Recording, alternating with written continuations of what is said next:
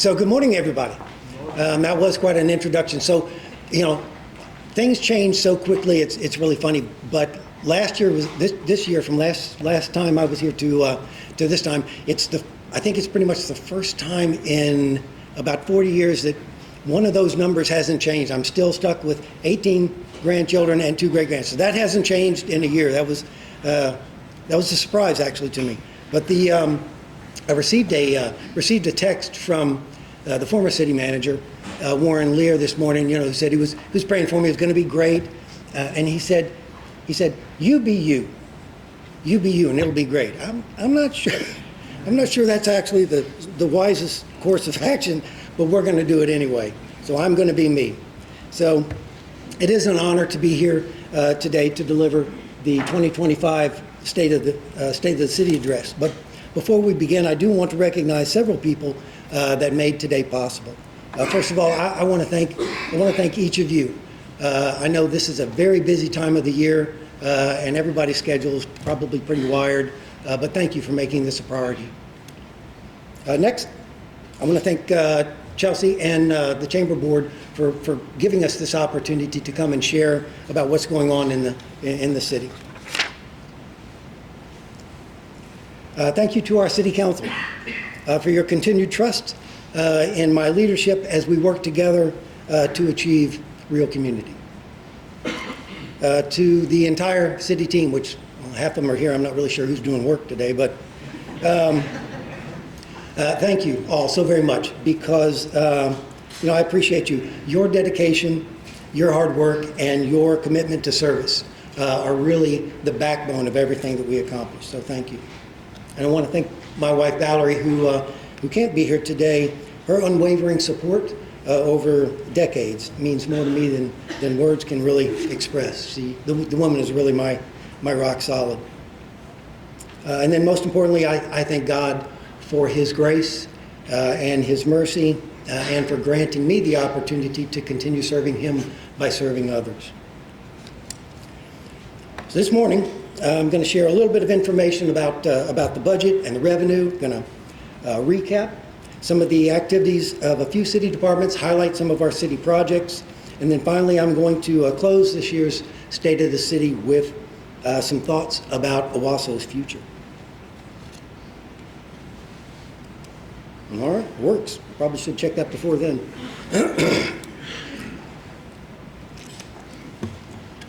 So as we dive into the budget, I think it's always helpful that everybody understands kind of where the money comes from. So we talk primarily about operational funding, and operational being the key word.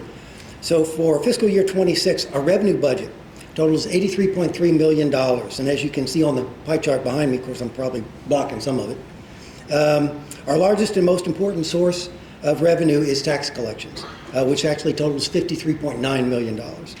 This represents about 65% of all of the city revenue, and this is basically sales and use tax, so in-store purchases as well as online purchases.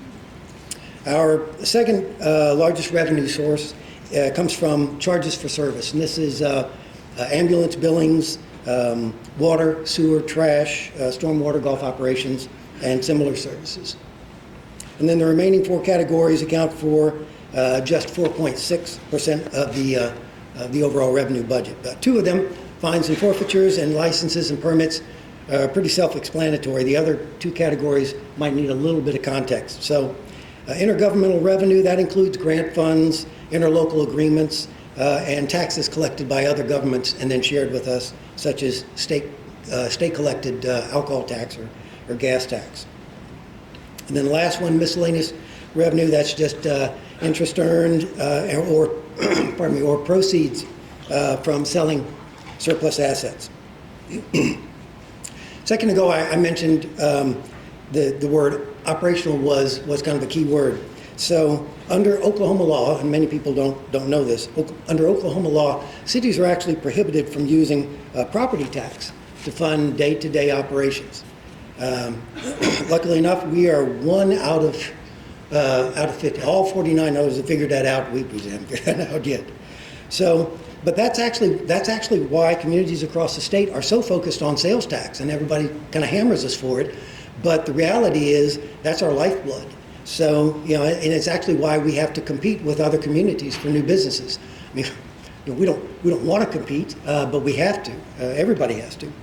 In Oklahoma, that reliance on sales tax makes every community vulnerable to economic downturns. And I mean, that's problematic for almost every community you'll find. But Owasso's implemented a fund balance policy, an internal fund balance policy, that should stabilize operations during dips in revenue. So, which is actually not something most communities can afford to do.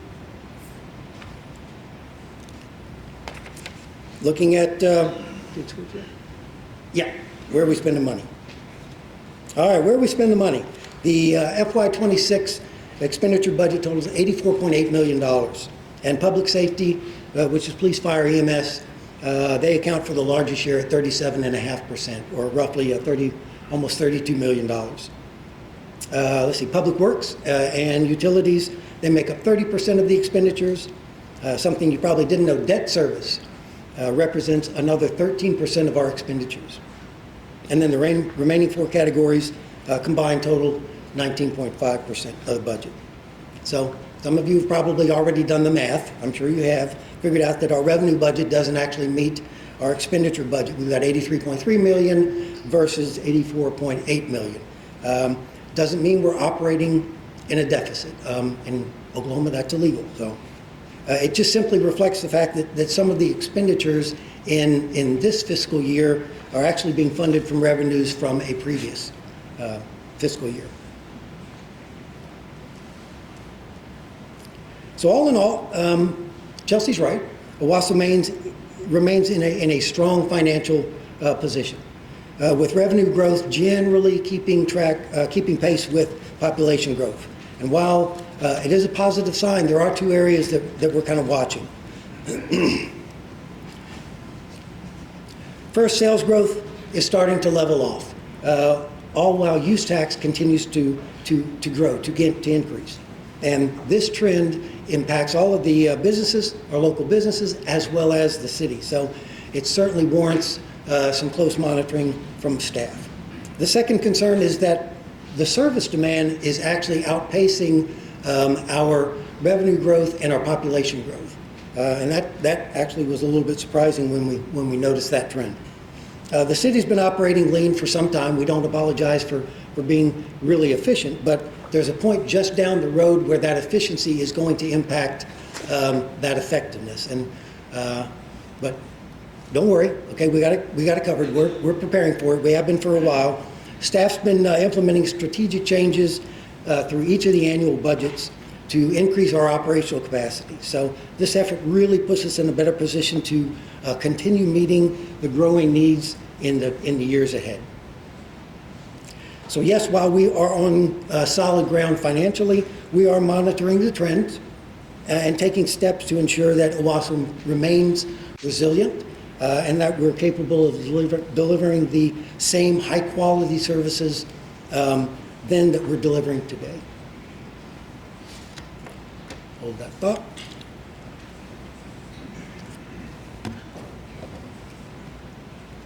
All right, let's turn our attention to what's happening in some of our departments. And we're going to start with finance, and we're talking about the budget.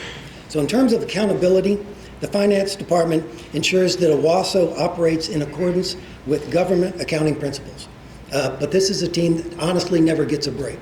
They have to manage the day-to-day budget. They have to manage the budget day-to-day, 24/7. But out of that, in every year, 6 months, they're preparing for next year's budget. So along with that, they're preparing for next year's budget.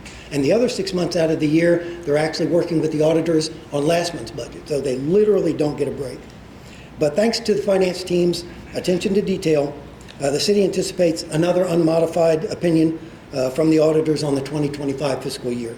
This indicates that the city's financial statements are accurate and fairly represent the city's stewardship of the funds that you provide. Also, for the 9th year in a row, the Finance Department received the Certificate of Achievement for Excellence in Financial Reporting. It's awarded by the GFOA for fiscal transparency. So once again, your tax dollars continue to be well managed and well accounted for.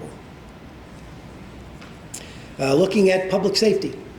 So both police and fire departments have seen significant changes. As you can imagine, the demand for police, fire, and ambulance service continues to increase as the community grows.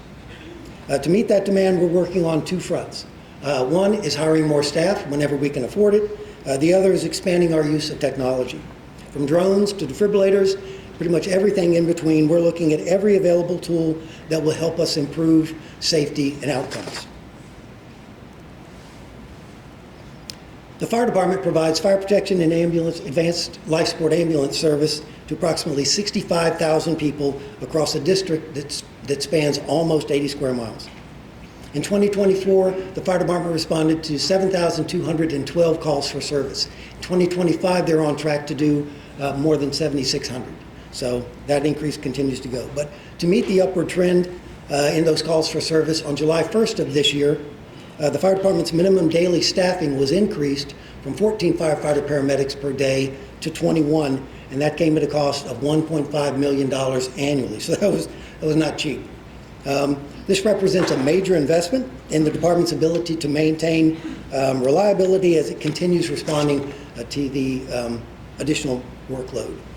One of the key performance indicators for fire and EMS systems is response time. In Owasso, in 2025, your average response time is 4 minutes and 45 seconds. The national standard is 6 minutes. Another key performance indicator is survival rates for out-of-hospital cardiac arrest patients. In Owasso, in 2025, survival rate for out-of-hospital cardiac arrest patients is 23.3%. The national average is 9.1%. So yeah, right, I heard that. So ladies and gentlemen, I can assure you that this team is incredibly good at what they do.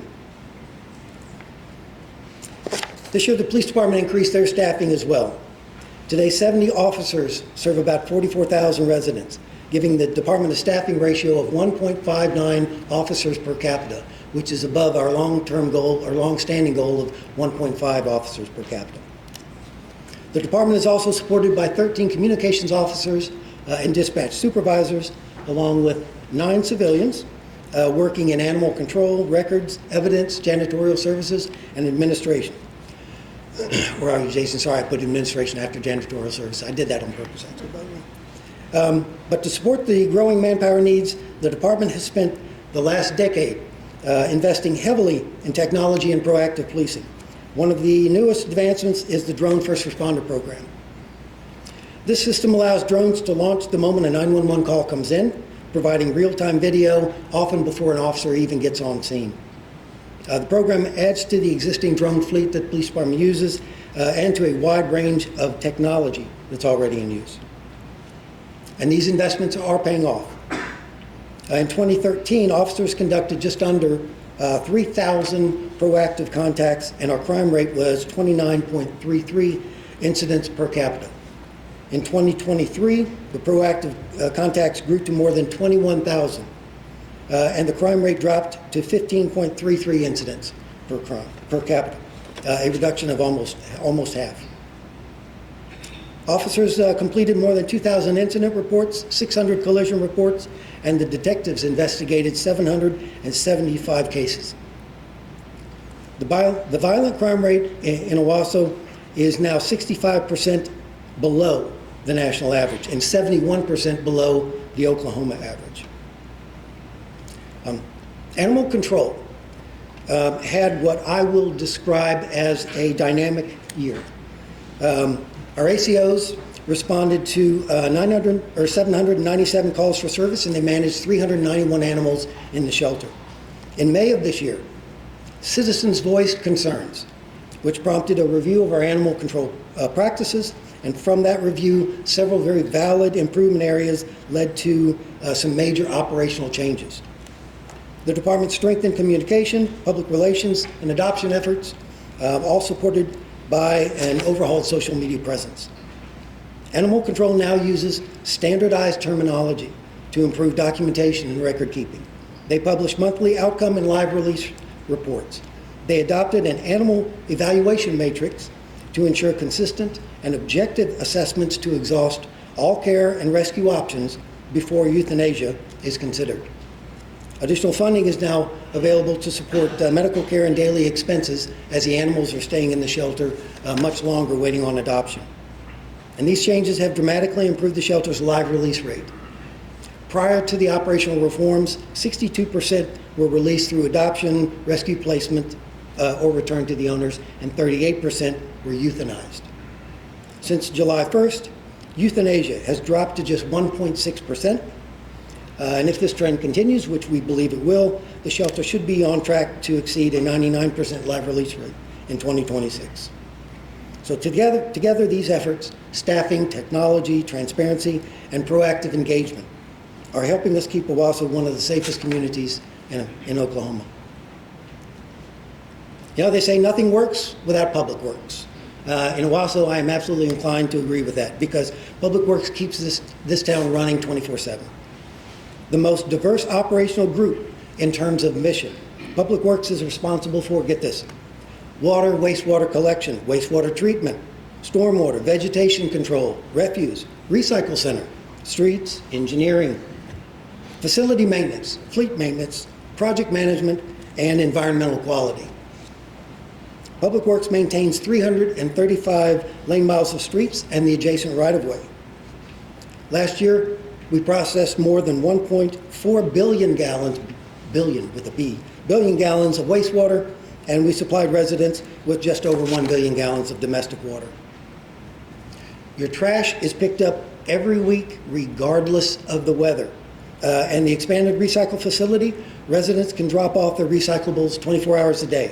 The recycle center has seen a consistent increase in drop-offs in all categories, with cardboard being notable. In 2023, we had 281 tons of cardboard. 2 years later, in 25, it was 496 tons. So people are figuring that out, and that is a lot of online shopping, I can tell you. Upgrades to our water distribution system continue, okay? Still making changes, upgrades, but the system still requires constant maintenance and repairs. But because of the team's diligence, our water loss remains well below the national average.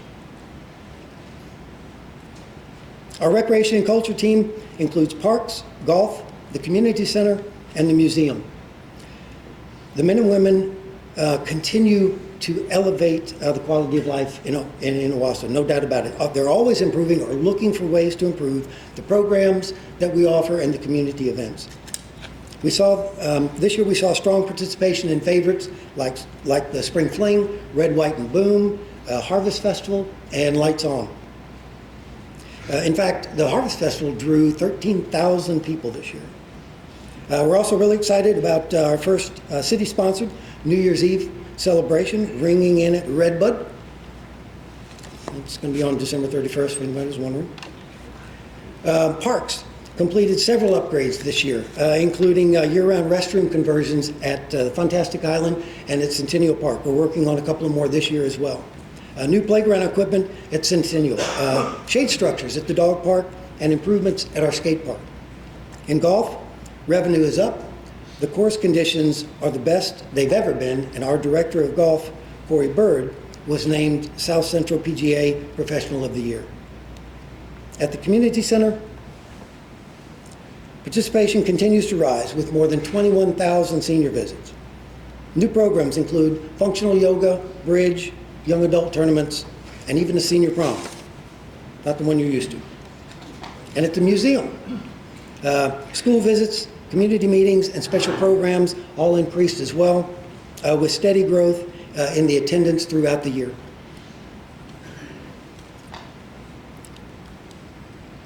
Like our other departments, our community development team didn't get a break either. So code enforcement handled 574 cases this year. That was an increase of 47% over last year. Permitting and inspections, staff issued 296 new construction permits. That's a 54% increase over last year. Staff issued 624 single trade permits, with each permit requiring at least one inspection and sometimes requiring up to 10 or more. The planning staff processed 61 applications, 56% above last year. These included site plans, plats, lot splits, and each one of these represents numerous staff hours for review and coordination. So looking ahead, community development staff is working on a major zoning code change that will focus on streamlining housing reviews, modernizing signage rules, and adding alternative energy standards.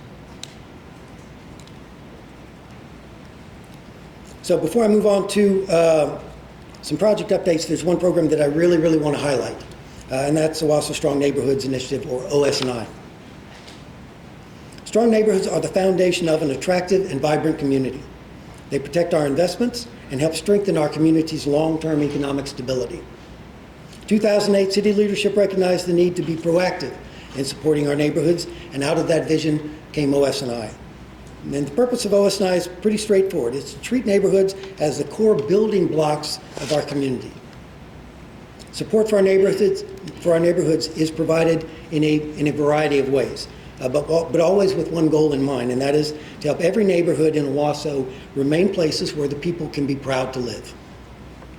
Now, over the years, OS&I has made a significant impact, having increased resident engagement through neighborhood events and block parties, provided reinvestment opportunities through neighborhood grants that have totaled $238,520.52 to date. They've offered leadership training through conferences and workshops, and they've built cooperative relationships between residents and city departments. The program's success is widely recognized, having won or been a finalist for a Keep Oklahoma Beautiful Award every year since 2012, except for the COVID year, and we don't talk about that. This success does not happen, however, without the right person leading the cause.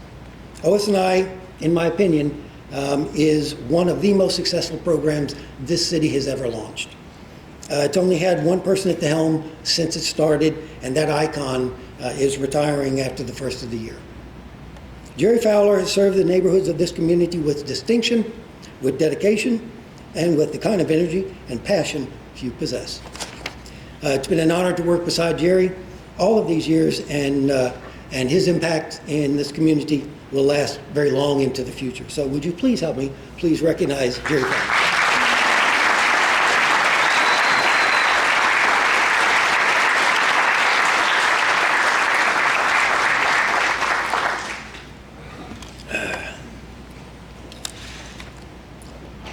Okay, switching gears just a little bit. 2025, another busy year for public improvements, for projects. There we go. Going to go over some of the projects we've done, but here's a list of some of the projects that were completed in 2025. They include 116th Street North between Mingo and Garnett, including the intersection of Mingo. Centennial Park Playground Project, Ranch Creek Interceptor, Morrow Gravity Sanitary Sewer Extension, the Garnett Culvert Improvement Project, Honey Creek Channel Rehabilitation Project, 96th Street North Widening Project, the East Phase, and then 2024 Annual Street Rehabilitation Project. So combined, these projects represent a $30.5 million investment in Owasso's future. Okay? So let's take a look at the projects that are currently in play. Garnett Road widening between 106th and 116th. This was approved by council in March of 2016. Bid was awarded in July of this year. Construction started in September, and we anticipate this project completion on this project in September of next year. 96th Street widening, the west phase. Project was approved in August of 2018. Construction commenced in May of this year. The contractor did demobilize it on November the 10th to facilitate some of the holiday traffic.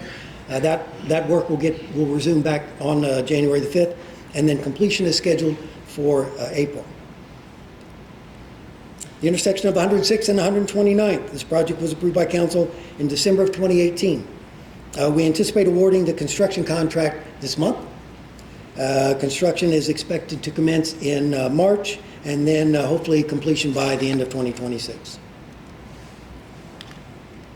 The intersection of 96th and 145th, approved by council November 2021.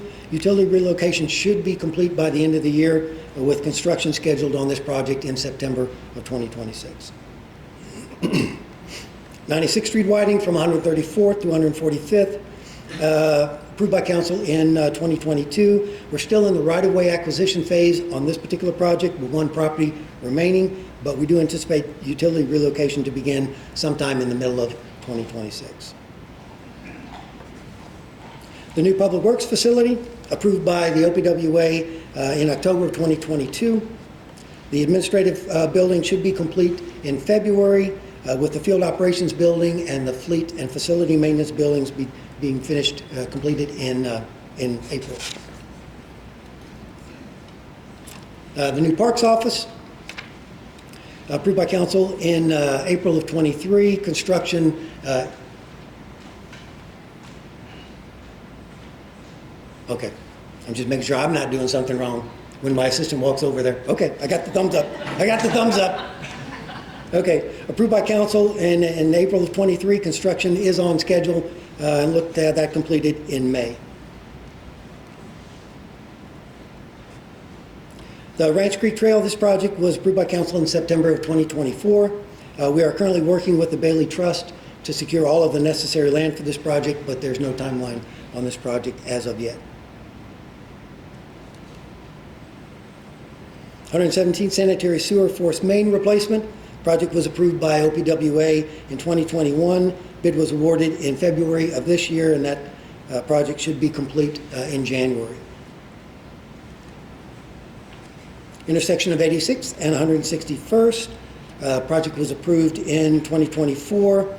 It's currently in design, and plans are about 80% complete. The 86th Street Bridge replacement, approved by council in December of 23.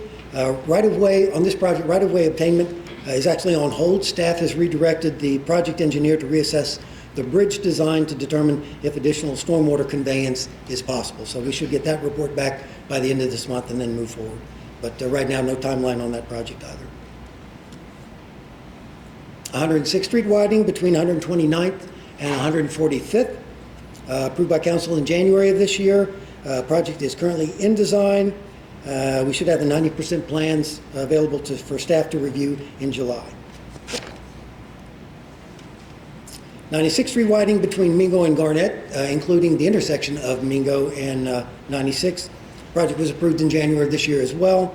Also in design, we should have the engineering estimate, the 60% plans by February to be reviewed. A 86th Street widening between Main and Garnett. City Council approved this project in 2024. The engineering design is ongoing. We should have the 30% plans for staff to review in January. Widening of Highway 169 between 66th and 86th Street. This is not our project. This is an ODOT project, which I'm sure you all know that. But we do know that the construction contract has been awarded, and this work should begin in February of next year, honest, in 2026, I swear. And then 76th Street waterline relocation. OPWA approved the construction agreement, the contract in February of this year. That project is wrapping up and should be complete by the end of December. So those projects represent an additional $130 million of capital investment in Owasso's future. So you're looking at $160-ish million worth of work done with taxpayer dollars.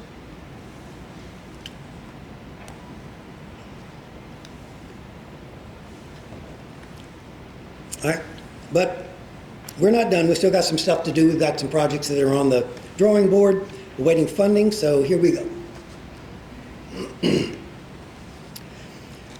New City Council chambers, new municipal court. We're looking to relocate out of Old Central. That building has significant issues we're working on. So looking to move all of that to the current public works, renovate the current public works facility and turn that into the new, as Heather calls it, New Central. So I don't know if that's gonna, if that'll be the hook, but we'll use it. Next, new community center, and then renovating the current community center. So we're looking to construct a much larger community center. But, this one was built, I think, in 77, opened in 77, when this community was 4,500 people big. We're now 45,000, so we're in the same building, so it's time for something bigger. Once we do that, we want to try to renovate the current center and turn it into the senior center. And then the last one will be a new animal control facility. What we realized that we need to replace the current undersized facility if we're going to continue with the new operational procedures. The current facility only has 13 kennels. And if we're keeping animals for 30 days, 60 days, whatever it takes before we can get them adopted, we need more space.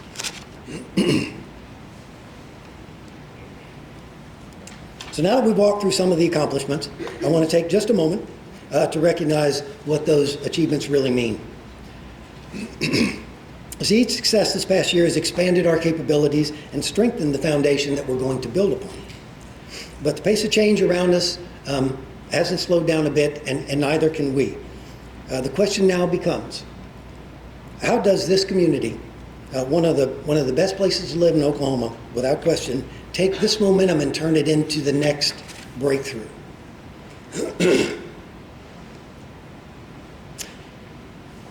So I want to tell you a quick personal story that has a point that I assure you is relevant. But before I start, everybody listen up, okay? I want you all to know that my wife doesn't mind me telling the story, and if she was here, she would be the first one to laugh, okay? So it's out there. So I don't want anybody in here to wig out, okay? Nobody wig out. Nobody think I'm insensitive or uncaring, or some kind of jerk, because I'm really not. Mostly. My wife, Valerie, is a 4'11" dynamo. If you ever meet her and she tells you that she's 5 feet, she is lying to you. She is first voice pioneer. Her social style is pure driver, and she was a talented special education teacher who taught DD kindergarten at Stone Canyon Elementary School. But in 2013, she suffered a brain aneurysm. That resulted in paralysis on her left side, a lack of muscle coordination, and the inability to balance, among a host of other issues. But her greatest frustration came from, the lack of communication between her brain and her muscles. Her brain would tell her muscles to do one thing, but her muscles would do something completely different. I mean, it was like raising a toddler. We were told that with physical therapy, she might be able to recover enough to return to the classroom. I heard the word might.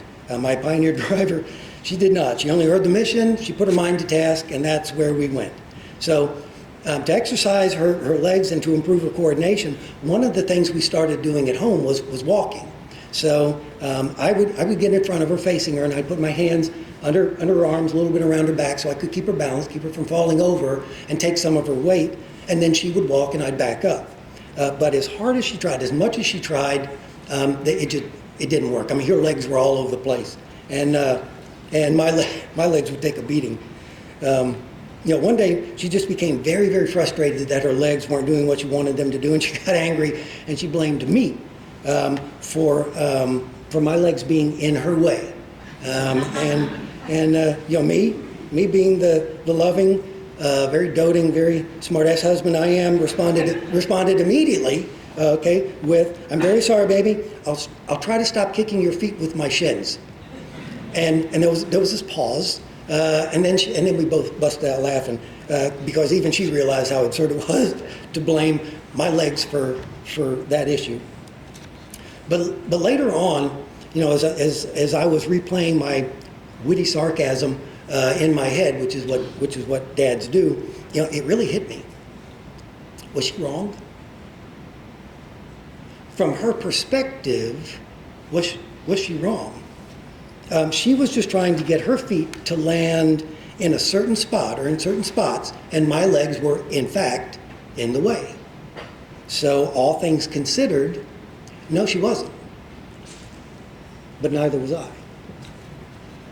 So as we shift forward toward discussing the future of this community, I want us to pause just for a second and appreciate the power and the value of perspective.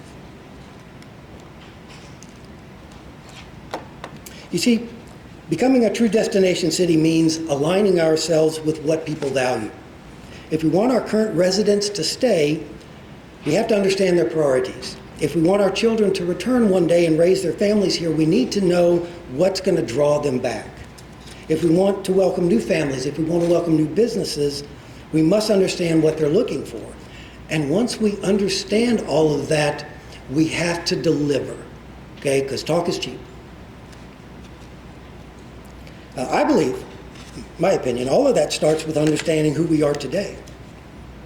And Owasso's 2025 population is estimated at 43,926 people.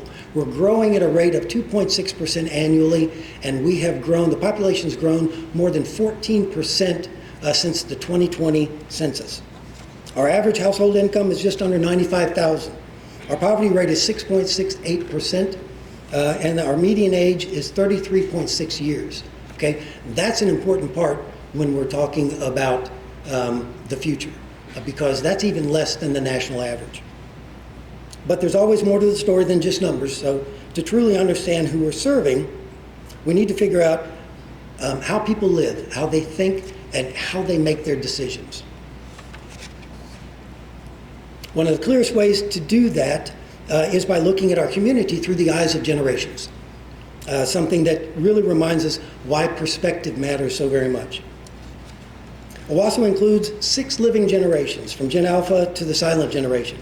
Gen Alpha is still emerging, they're young, they're going to be in the workforce soon, but the data's not really there to follow them. And then the silent generation, small but foundational. So most of our day-to-day planning revolves around the generations that are most active in our community. And here's how our population breaks down. Gen Alpha, 22%. Gen Z, 22%. Millennials, 22%. Okay? So that's 3 generations under the age of 45. That is 2/3 of our community is under the age of 45. That's where the future is. Gen X is 17%. Boomers are 14%. And the silent and the handful of the greatest generation we still have represents 3%. So let's focus on 4 generations that have the strongest influence on society. So Gen Z, Millennials, Gen X, and Baby Boomers. Each brings a unique set of values shaped by the world that they grew up in, the technology they use, the challenges they face, the opportunities that they had. Gen Z, born between 1997 and 2012, is our first generation of true digital natives. Technology isn't something they learned, it's something they inherited. They expect instant information, seamless technology, and digital access in every part of their life. What truly defines them, however, is their values. They are socially conscious, they are vocal about justice and inclusion, and they are deeply aware of mental health. They are very practical, unlike what we think. They are very practical, they are focused on financial security, and they are careful about debt. So what does Gen Z want in a place to live? Affordable living, high-speed digital connectivity, inclusive community culture, and walkable areas, access to nature, and social gathering spaces.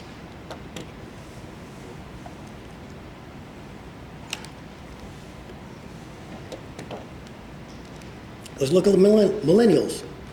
Born between 1981 and 1996, grew up during the rapid evolution of technology. They adapted to change faster than any previous generation. This generation is the most educated in our history, shaped by 9/11, the Great Recession, dramatic shifts in cost of living. They value flexibility, collaboration, and meaningful work. They carry significant purchasing power and are in their prime family-raising years. So what do they want in a community? They want safe, family-friendly neighborhoods, quality schools, housing options that balance affordability with lifestyle, parks, trails, recreational amenities, local dining, arts, community events.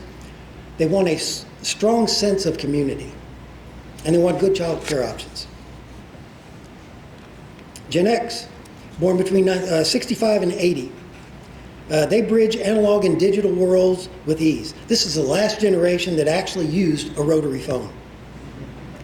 They appreciate independence, they value transparency, and they hate to be micromanaged. They are in their peak earning years, contributing heavily to the economy while balancing the demands of raising children and preparing for retirement. Their practicality and resilience make them a very stabilizing force in both the workplace and in the community. So what do they want in the community? They want safe, stable neighborhoods with long-term value. They want high-quality schools, reliable city services and infrastructure, low-stress commutes, good luck with that, parks, youth sports, and family recreation. I love this. They want communities that offer peace of mind. Born between 1946 and 1964, baby boomers, the most awesome generation ever, helped shape modern America. Their strong work ethic, optimism, and loyalty continue to influence organizations and communities. Boomers are the wealthiest generation and remain active, both as consumers and in civic participants. Many continue working because they want to stay engaged and they want to contribute. And despite the stereotypes, they are more tech savvy than many assume. I'm not one of them, but some of them are. What are boomers? What do we want in a community? Quality health care and access to medical services. Okay, that makes sense. Safe, low-maintenance neighborhoods, age-friendly recreation, opportunities for community involvement, convenient shopping, dining, and entertainment, and then housing options to either downsize or age in place.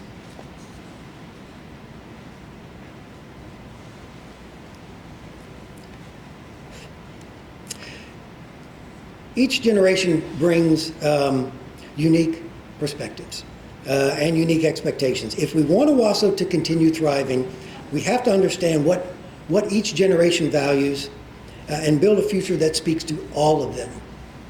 The common bonds between all four generations, as I found out in doing the research, are social connection and a sense of belonging. If we can craft a plan that blends what is unique to each generation along with what is common, then we're going to start building a community that people of all ages will want to be a part of for the decades to come. So at some point in the very near future, each of us will have an opportunity to offer our ideas and our opinions on what we believe Owasso should be or shouldn't be as we plan for as we move forward in the next 10, 20, and 30 years.